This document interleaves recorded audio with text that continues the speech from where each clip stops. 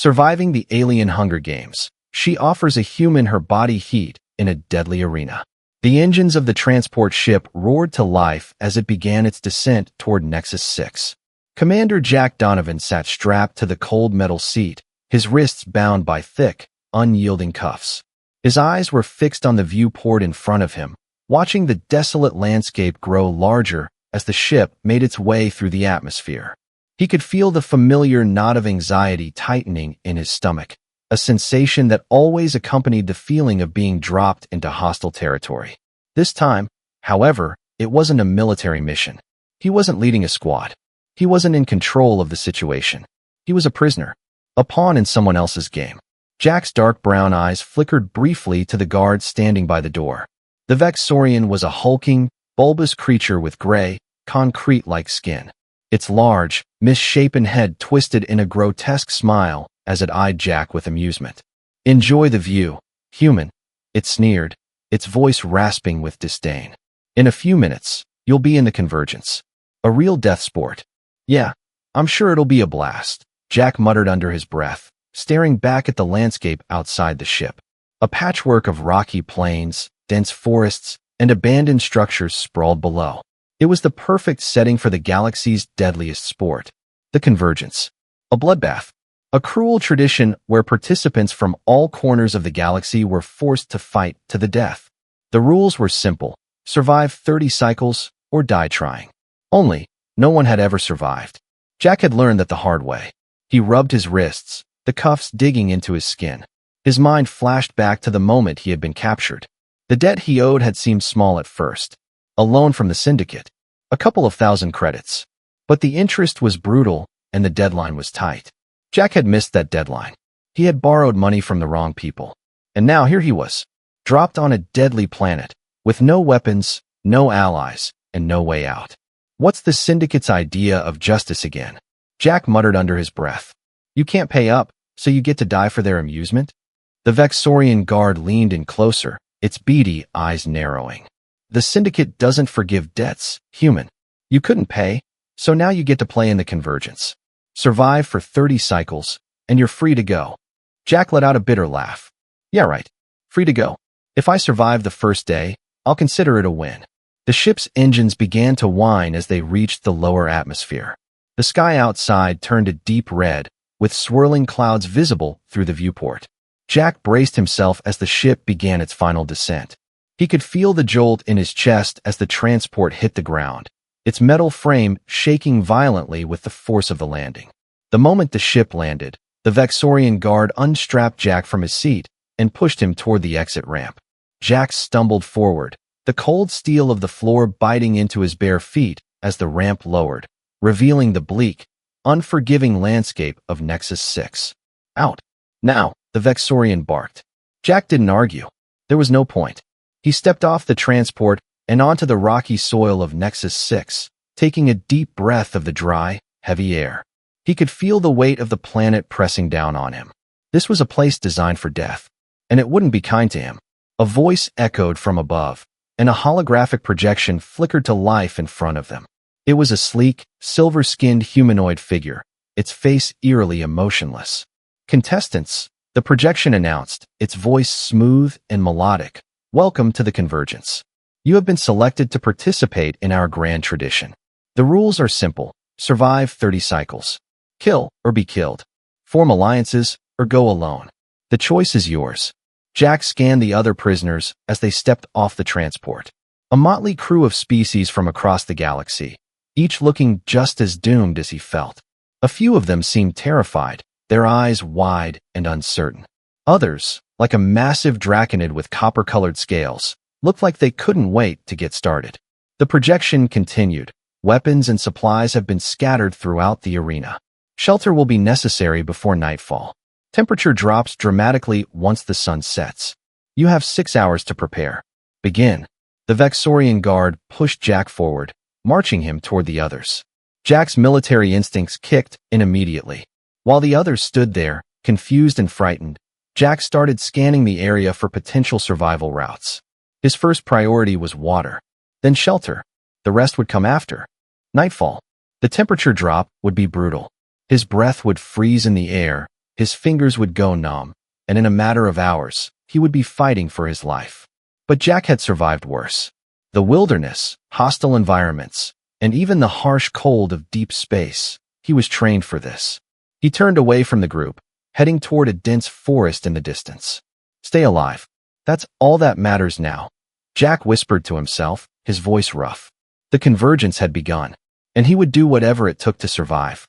The sound of the Vexorian's boots echoed in Jack's ears as he trudged across the cracked, dry earth, his footsteps muffled by the constant hum of the transport ship's engines fading into the distance. The first few moments after the landing felt almost surreal, like a cruel joke. The desolate planet stretched endlessly in every direction, a vast, barren landscape that seemed to promise nothing but death. Jack didn't look back at the other prisoners. They were all in the same boat, fighting for survival, lost in their own fears and anxieties. But Jack wasn't interested in fear. He knew exactly what he had to do. Survive for 30 cycles, he muttered under his breath, the words feeling hollow as they left his lips. He'd heard about the convergence before. Stories whispered in dark corners of bars, rumors passed between smugglers. But nothing could have prepared him for the reality of being a contestant in this sickening game. The brutal truth of it was written across the faces of the other prisoners as they stood, frozen in shock, unsure of what came next. Jack took a deep breath and focused. He couldn't afford to waste time. While the others were still processing their fate, Jack had a plan. A plan to survive. He looked up and saw the same projection flicker back to life, its voice smooth and detached as it spoke again. Contestants, it began. The convergence is a game of endurance, intelligence, and ruthlessness. Only the strongest will make it through. Alliances are possible, but they are temporary. Trust no one, and remember, only one will survive. The holographic figure dissolved as the ground beneath them trembled. A sudden, shrill siren cut through the silence, and Jack's heart skipped a beat. The real game had begun. The flashing red lights above them signaled the start of the convergence. Jack wasted no time. Ahead of him, the distant outline of a dense, shadowy forest loomed like a sanctuary in the unforgiving wasteland. But before he could make his way toward it, a figure stepped forward, blocking his path.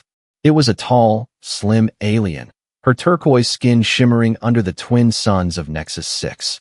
Her bright amber eyes met Jack's, cool and calculating. Jack instinctively reached for the weapon he didn't have. "I suggest you move quickly," the alien woman said, her voice low but firm. "The temperature drops sharply once the sun sets. And trust me, you don't want to be out here after dark." Jack didn't flinch. "Who are you?" he asked, keeping his distance, his fingers still itching for something he could use to defend himself. The woman gave him a knowing look. "Name's Lyra." "Nari." She paused for a moment, studying him. "You don't look like the average prisoner." "Military." Jack didn't answer right away. His instincts told him not to trust her, but there was something in her eyes, something sharp that made him hesitate. "Former," Jack replied shortly. "Just trying to survive this place like everyone else." She nodded, her amber eyes scanning the landscape behind him. "Then you'll want to team up. This place doesn't care about how strong you are alone. It's about who you can rely on." "I don't trust anyone," Jack snapped. His eyes narrowed. "Especially not in a place like this." Lyra smiled, a hint of something dark in her expression. "You'll have to trust someone. Or die alone. Your choice." She turned and walked toward the forest, her steps measured and confident. Jack hesitated for a moment, then cursed under his breath. He had no time for pride or hesitation. Without a word, he followed her, keeping his distance as she led the way through the rocky terrain. The sound of rustling trees and distant growls from creatures unseen filled the silence between them. The air was dry, almost suffocating, and Jack could already feel the heat of the planet pressing down on him. "Stay close," Lyra warned, glancing over her shoulder. "Things get worse after nightfall. The animals here are dangerous." Jack didn't need to be told twice. The Nari species was known for their incredible adaptability to extreme environments, but Jack wasn't about to trust that they'd be safe just because she said so.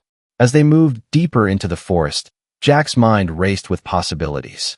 He had to find water, shelter, and then, somehow, find a way off this damn planet. But right now, survival was the only thing that mattered. They reached a small clearing just as the sky began to turn a faint shade of purple, signaling that the twin suns were beginning their descent toward the horizon. Lyra stopped abruptly, turning to face Jack.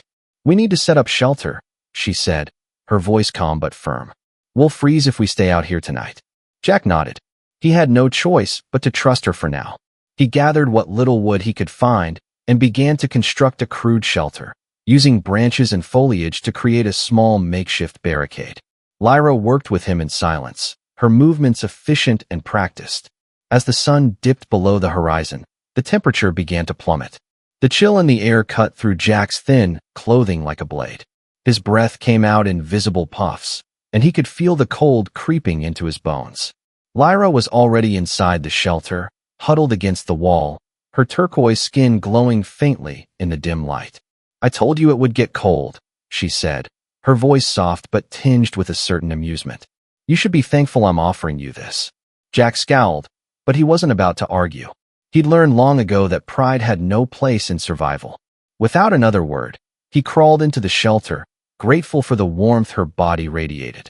As he settled beside her, he couldn't shake the feeling that this uneasy alliance was his best chance of making it through the convergence. For now, he would play along. But Jack Donovan was no fool. He knew the game had only just begun, and in a place like Nexus 6, no one could be trusted. Not even Lyra.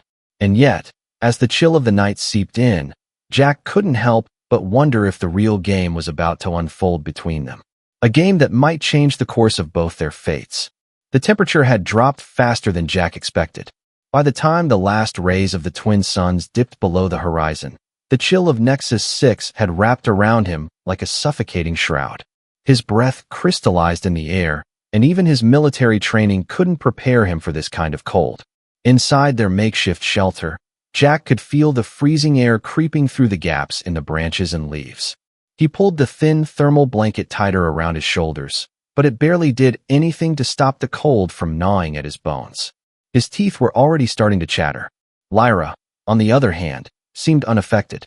She sat cross-legged in the corner, her eyes closed as if she were meditating. Her turquoise skin glowed faintly in the dim light, and Jack couldn't help but notice how different she seemed from him. She was built for this. She was born for this. "You all right?" Jack's voice sounded rough in the quiet, his words more for himself than for her.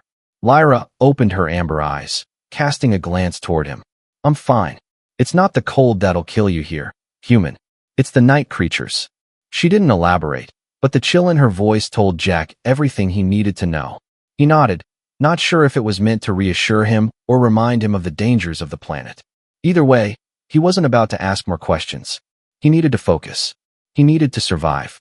Outside, the night was silent, too silent. A low, distant howl echoed through the forest, sending a shiver up Jack's spine. The hairs on the back of his neck stood at attention. In the cold, everything felt alive, waiting, watching.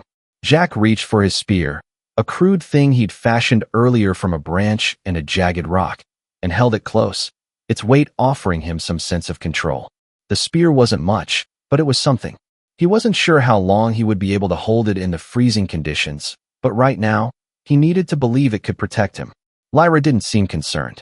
She had her eyes closed again, as if the world around them had become nothing more than a distant hum. Jack envied her calm, but he also knew she had years of experience in surviving harsh environments. The Nari were built to endure extremes. The cold was unbearable, and as much as Jack tried to ignore it, his body betrayed him. Every muscle ached, and his fingers trembled with the effort to hold onto the spear. "How do you deal with it?" Jack finally asked, his voice quieter than usual. Lyra opened one eye, studying him for a moment before answering. "It's not about fighting the cold, Jack. It's about accepting it, adapting to it. The sooner you stop fighting what's coming, the sooner you can survive it."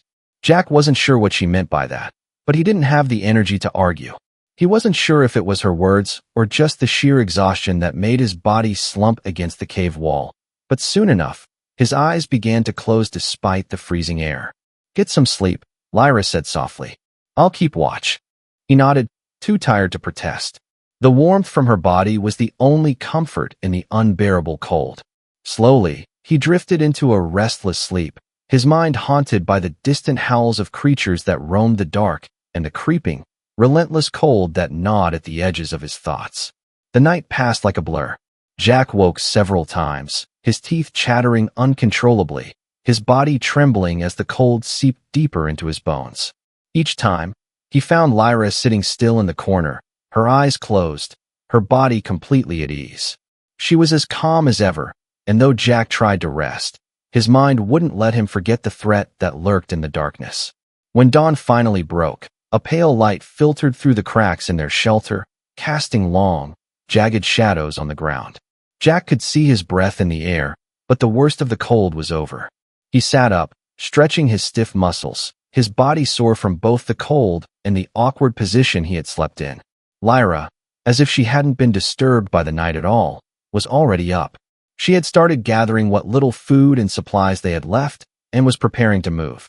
The Nari's body was still warm, the contrast between her skin and the icy air almost surreal. Jack's teeth clenched as he stared at her, still trying to figure out how she could be so unaffected by the planet's brutal environment. "You're still here," Lyra said, turning to look at him. Her eyes held a faint trace of amusement. "Surprising." Jack snorted and stood up, ignoring the protest of his aching muscles. "I wasn't planning on dying in the first night." He grabbed his spear and adjusted the thermal blanket, though it didn't do much to block the cold anymore. "What's next?" "We move," Lyra replied, already gathering their things. "We can't stay here. The arena is huge, and the others will be hunting us soon enough. You need to start thinking about alliances, Jack. They're the only way you'll survive." He scowled. "I don't trust anyone, especially here." Lyra raised an eyebrow. "You'll have to. Trust is the only currency that matters here." Jack didn't respond, but his mind raced. She was right, and deep down, he knew it. In a place like this, you either formed alliances or became prey. There was no room for lone wolves in the convergence.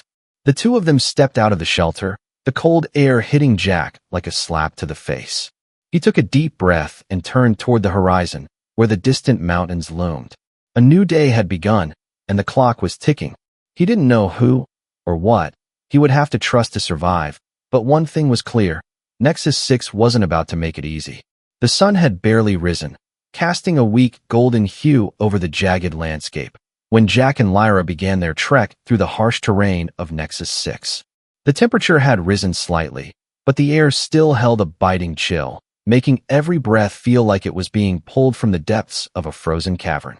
The howls of the creatures in the distance had faded with the coming of the day, but Jack knew they were out there, waiting, watching. Lyra led the way, her movements smooth and calculated, as though she had done this 1,000 times. Her turquoise skin, almost glowing in the weak sunlight, gave her an ethereal quality, and Jack couldn't help but notice the way she moved, graceful, yet purposeful. It was clear that she wasn't just surviving on Nexus 6, she was thriving in it. "So, what's the deal?" Jack asked, his voice gruff as he followed her through a narrow path between dense trees. "You just happen to know the best spots on this hellhole of a planet." Lyra glanced back at him, a small, almost imperceptible smile playing on her lips. "You'd be surprised how much you learn when you work for the Syndicate." Jack raised an eyebrow. "You worked for the Syndicate?" The words sounded strange coming from her, especially given the calm, almost serene demeanor she carried with her. She didn't answer immediately, instead ducking under a low branch and continuing to walk, her long silver-white hair swaying with each step. "I was an assistant to one of their game designers," she said finally. "I didn't have much choice in the matter, but I learned things along the way." "Things like the layout of the arena?" Jack guessed, suspicion creeping into his voice. Lyra didn't stop, but she glanced over her shoulder again, her amber eyes glinting with a mix of seriousness and something else, something Jack couldn't quite place. "I memorized the important details. Food caches, weapon supplies, hidden advantages. The Syndicate doesn't scatter everything evenly across the arena. Some things are kept in secret spots. The executives place bets on contestants. Some even get enhancements to their odds." Jack's mind churned with this new information. The Syndicate had control over the game, more control than he'd thought. And if Lyra knew the layout, then maybe she was his best shot at survival. Or maybe she had her own agenda. "Lead the way," Jack said finally, though his tone was cautious.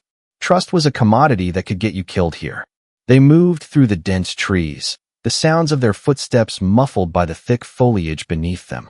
Jack's senses were on high alert, scanning every rustle in the leaves, every break in the distant horizon.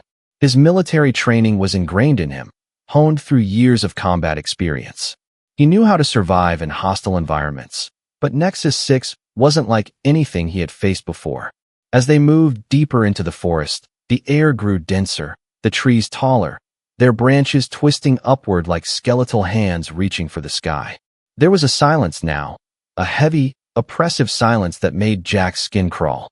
It wasn't the silence of peace. It was the kind of silence that came before the storm, the kind of stillness that meant something was hunting. "Keep your guard up," Lyra's voice broke through the silence. "We're close." Jack nodded, his hand resting on the spear. They had to be getting close to something important. The forest around them was eerily still, as though it were holding its breath. And then, through a gap in the trees, Jack spotted it. A small clearing ahead, surrounded by jagged rock formations. The sight of it was almost too perfect, too deliberate. It felt wrong. Lyra stopped suddenly, her posture tense. "This is it," she said, lowering her voice. "The cache is just beyond those rocks." Jack narrowed his eyes, studying the clearing. "Looks too quiet," he muttered, sensing something was off. "How do we know it's not a trap?" "Trust me," Lyra said, her voice firm. "I know where the traps are. Just follow my lead." Despite his instincts screaming at him to stay alert, Jack stepped forward, keeping a steady eye on the surroundings. Lyra moved with a purpose, her steps light but sure. They passed through the trees and reached the rocky clearing. The ground was hard-packed dirt, the stones scattered with a layer of moss and lichen. The cache, as Lyra had called it, was hidden behind a set of rocks at the far end of the clearing. As they neared, Jack's heart began to race. Every instinct told him that something wasn't right. The air was too still, too thick. But he kept moving, pushing through his unease, because survival depended on it. When they reached the rock formation, Lyra crouched down and began feeling along the surface of the stone. "Here," she whispered, her fingers tracing the outline of a hidden compartment. She pressed a small button, and the rock shifted, revealing a narrow slot beneath the surface. Jack's eyes widened in surprise. Inside were weapons, blasters, knives, and a few energy shields. There was also a ration pack and several water purification tablets. It was everything they needed to survive for the next few cycles. Lyra glanced up at Jack, her eyes gleaming with satisfaction. "This is what the Syndicate doesn't want you to know. They want the blood sport.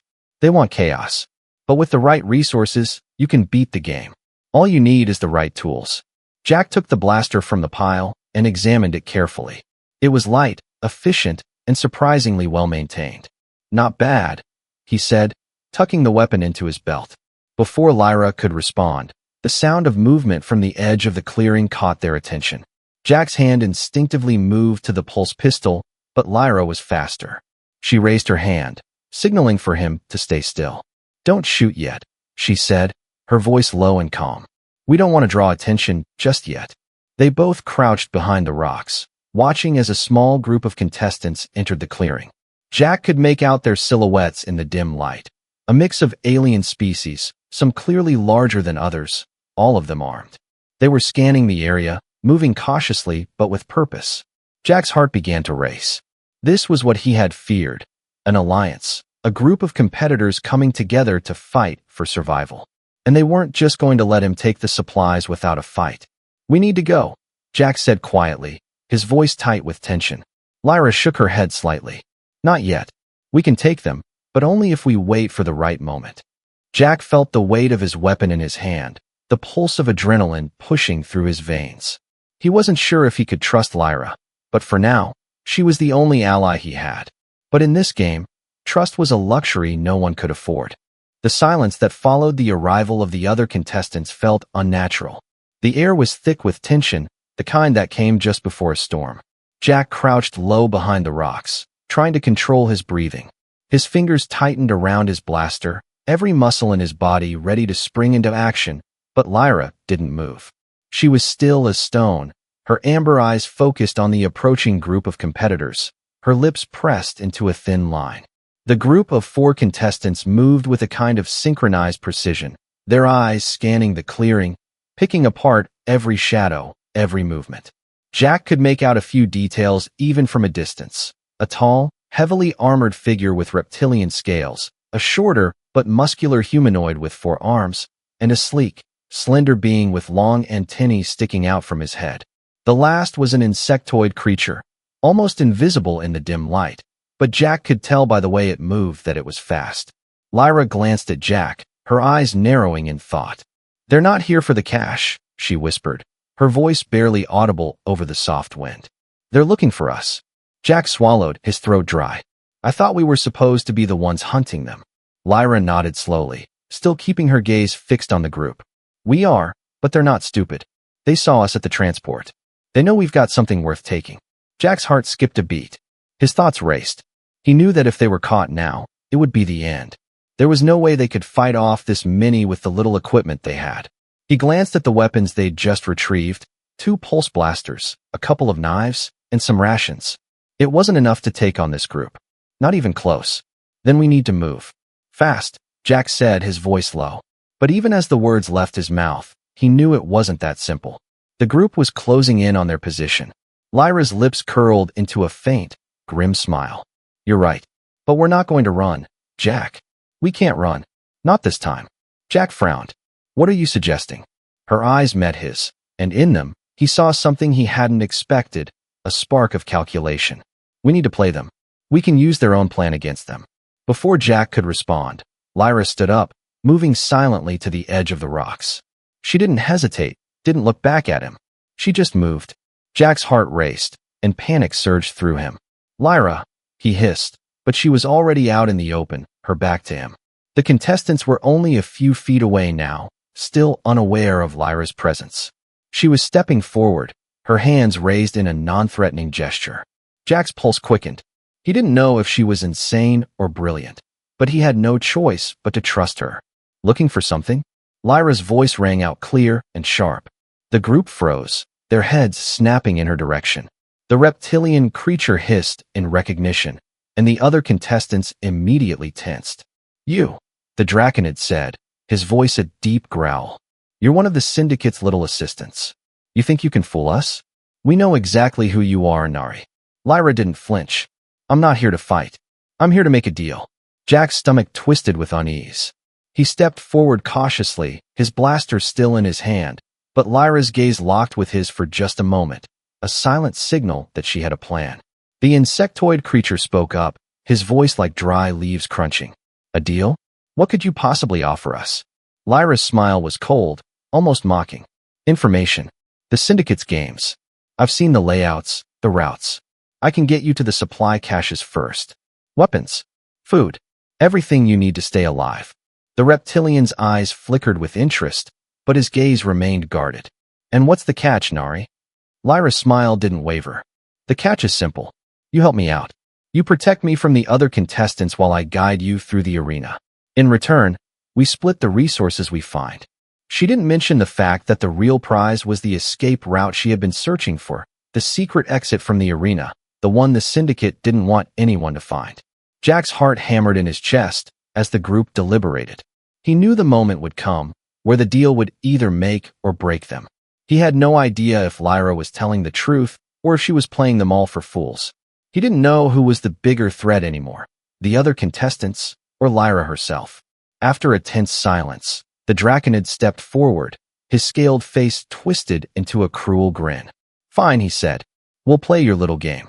But remember, if you betray us, we'll make sure you regret it." Lyra's eyes never left him as she nodded. "I don't intend to betray anyone." Jack felt a flicker of doubt. He didn't trust her. But the deal had been made, and for now, it was the only thing that kept them alive. As the group began to move, Jack found himself walking alongside Lyra. The uneasy alliance was already starting to feel fragile. And then, without warning, one of the other contestants, a tall, spindly figure with metallic skin, tapped Jack on the shoulder, his voice low and conspiratorial.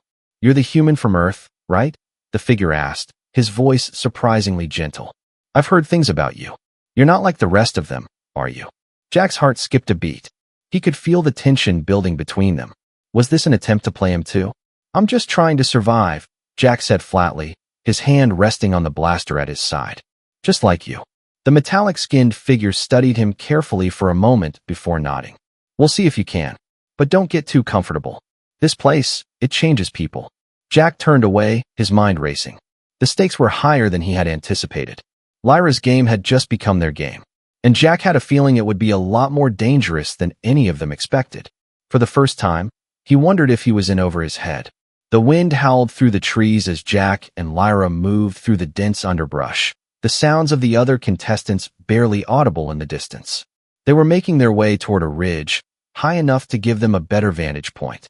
Jack had learned the hard way that in this deadly game, high ground was always an advantage. But every step felt heavier, and the unease in his chest was only growing. The uneasy alliance they had formed with the other contestants seemed more like a ticking time bomb with each passing hour. Lyra moved effortlessly beside him, her eyes scanning the horizon with a practiced calm that unnerved him. It was as if she was already one step ahead of everything, already calculating what came next. Jack, on the other hand, was constantly on edge, his mind racing with worst-case scenarios. "Do you trust them?" Jack asked quietly, keeping his voice low as they pushed through the thick foliage. He was referring to the group they had just made the deal with, the ones who had agreed to protect her in exchange for supplies. Lyra didn't hesitate. "No," she said, her voice sharp but controlled. "But in this place, trust is a luxury we can't afford. We use them, they use us. Simple as that." Jack absorbed her words, but something about them felt off. It wasn't just the Syndicate they were up against here, it was everything. The entire planet seemed designed to kill them, and the other contestants weren't much different. The ridge came into view, a series of rocky outcroppings that jutted up sharply from the forest floor. It was the perfect place to survey the arena below them, and Jack knew that if they could get up there, they would have a much better chance of spotting any threats. Lyra picked up the pace, her movements fluid and quick, like a shadow slipping through the trees. Jack followed, trying to keep up, his breath coming faster as the steep incline made each step more difficult. But the closer they got to the ridge, the more Jack's instincts screamed at him that something was wrong. He couldn't quite put his finger on it, but the tension in the air was palpable. The hairs on the back of his neck stood on end. "We're not alone," he said suddenly, his voice barely a whisper. His hand went instinctively to his blaster, fingers tightening around the grip. Lyra froze, her sharp amber eyes scanning the surrounding trees. For a brief moment, the silence seemed deafening. Then, just as Jack's pulse began to race, she spoke, her tone calm but warning. "Don't move. Not yet." They both crouched low, trying to blend into the surrounding undergrowth. Jack's heart hammered in his chest as his eyes darted around, trying to spot any movement. They had been followed. But by who? And how many? "I knew this would happen," Lyra muttered under her breath, eyes narrowing. "Vexter and his crew. They're not going to let us get away with this." Jack's stomach churned. Vexter, the massive draconid gladiator who had been part of the group they made the deal with, was as ruthless as they came. He was a force to be reckoned with, more than capable of ripping through the competition.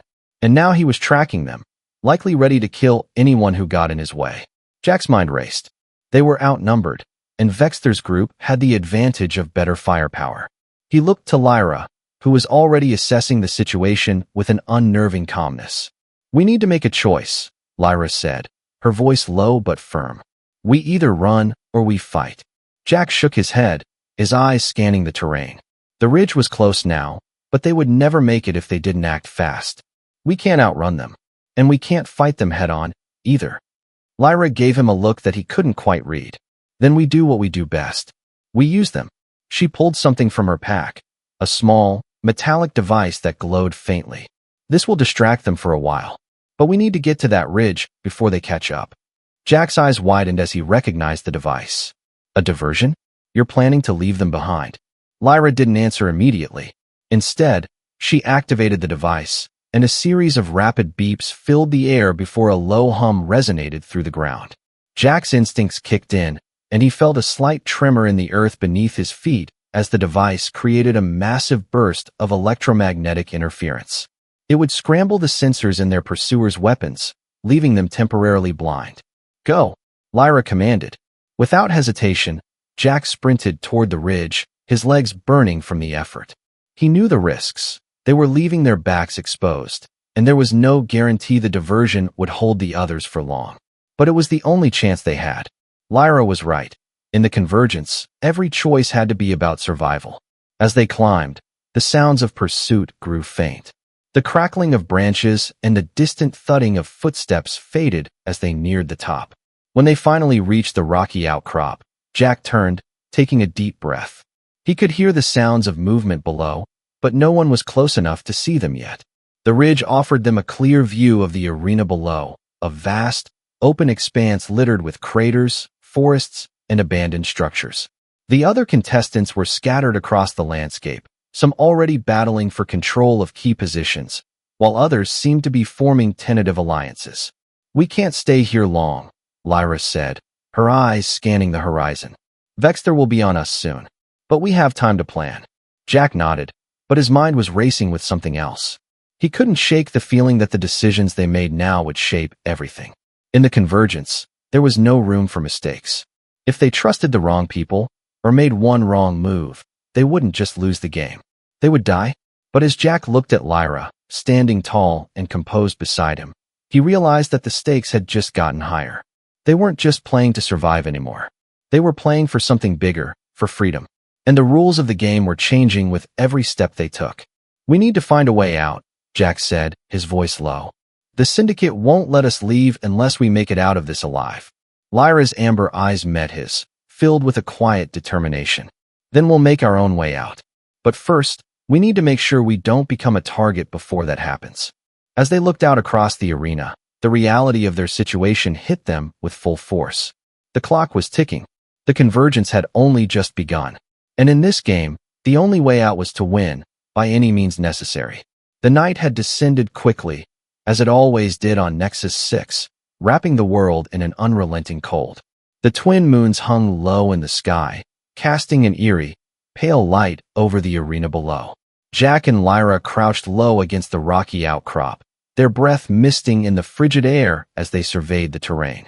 The sounds of distant explosions and the crackle of weapons fire echoed through the valley, but for the moment, they were safe. At least for now. The electromagnetic pulse had worked, giving them a brief window to escape, but Jack knew it wouldn't last. Vexter's group wouldn't be fooled for long. The countdown in his head was ticking down with every passing minute. The game was nearing its end, and the stakes had never been higher. "We can't stay here," Jack said, his voice tight with the pressure of their situation. His eyes scanned the horizon again, looking for any sign of movement. "If we don't make our move soon, we'll be sitting ducks." Lyra nodded without speaking, her gaze fixed on the distant cliffs. There was something unsettlingly calm about her demeanor, as though she had already accepted the inevitability of the convergence. The Nari were survivors, and Jack had to admit, there was a certain kind of cold wisdom in how she approached the game. She glanced at him, her amber eyes calculating. "We can't outrun them, and we don't have enough to fight them off. The only way out is through." Jack's brow furrowed. "You mean we have to get past them? Make our way through the central arena to the exit?" Lyra's lips curved into a faint, almost predatory smile. "Not just past them. We make them think we're part of the game. We get inside their heads. We make them come to us." Jack's heart skipped a beat. "You want us to set a trap?" "Exactly," she replied, her tone low, full of quiet intensity. "We've got the high ground, the advantage of surprise, and enough supplies to make it work. We use the chaos in the arena, and we'll slip through the cracks when everyone's distracted." Jack was silent for a moment, his mind racing. He knew Lyra was right. Their options were limited, and if they didn't act soon, they'd be trapped in the crossfire of the Syndicate's bloodsport. They had to take control of the situation, make the game work for them instead of against them. "Let's do it," he said finally, his voice steady. Lyra nodded and turned toward the edge of the ridge. She reached into her pack and pulled out a small, metal device, a signal jammer. She activated it with a soft click, and for a moment, the world seemed to pause as they both listened to the low hum that filled the air. "Once we set this up, the Syndicate surveillance will be blocked," Lyra explained, "but it won't last long. They'll notice the interference soon, but it'll be enough to mask our movements." Jack nodded, his hand resting on his blaster. "Let's hope it's enough." With a final look toward the distant arena, Lyra moved swiftly toward the ridge's base. Jack followed, his every step calculated. They had no time to waste. As they descended, the sounds of the game below grew louder. The shouts of the contestants, the screech of weapons discharging, and the occasional roar of alien beasts. This was the convergence, a world of blood and violence. But to Jack and Lyra, it was simply a game of survival. They reached the base of the ridge and set up their trap. The jammer would create an area of interference near the central arena's control tower, enough to scramble the security drones and disrupt the Syndicate's cameras. It was a long shot, but it was their best bet. Jack worked quickly, his fingers trembling slightly as he set the final pieces into place. "This is it," he said, turning to Lyra. "Stay focused," she reminded him. "We make our move when the signal drops. Don't let your guard down." Jack gave a sharp nod, his eyes narrowing in concentration. "I'm ready." The moment they'd set up the jammer, they waited in silence, the tension thick enough to cut with a knife. The hum of the device was the only sound as it began to broadcast the interference, and slowly, the chaos of the arena seemed to quiet for a brief, fleeting moment. Then, like a wave crashing into the shore, the first signs of the diversion took effect. The security drones whirred, their movements jerky, their sensors blurring and distorting. The cameras flickered, struggling to adjust to the static. In the confusion, the sounds of the other contestants fighting and scrambling to survive grew louder. "They're distracted," Lyra whispered, her eyes scanning the surrounding area. "Now's our chance." Without another word, Jack and Lyra moved, moving swiftly and silently through the darkened landscape. They used the chaos as cover, slipping between the shadows of the trees and abandoned structures, staying low and out of sight. Jack's mind was razor-focused, scanning the environment for any signs of danger. Every step felt like a gamble. But as they neared the outskirts of the arena, Jack could feel the excitement of their potential escape growing stronger. He glanced at Lyra, who was moving ahead of him with a determined grace. She had led him this far, guided him through the hell of Nexus 6. Now, she was guiding him toward freedom. They reached the final checkpoint, a narrow tunnel hidden beneath a crumbled building, just large enough for the two of them to squeeze through. As they approached it, Jack heard footsteps behind them, faint at first, but growing louder. Someone was closing in. "They're on to us," Jack muttered, panic rising in his chest. Lyra gave him a quick glance. "Move. Now." Without hesitation, they darted into the tunnel. The cold stone walls pressed in on them, but they kept moving, the sound of their footsteps the only thing that broke the heavy silence. They reached the end of the tunnel and emerged on the other side into a clearing that opened up into the wilds of Nexus 6. The moonlight illuminated the distant mountains, a final barrier between them and the Syndicate's reach. For the first time since they had arrived on this death planet, Jack felt a sense of hope. But their freedom wasn't guaranteed. They had evaded the Syndicate for now, but escape meant being hunted for the rest of their lives. There was no going back. Jack turned to Lyra, his breath coming in short, labored bursts. "What now?"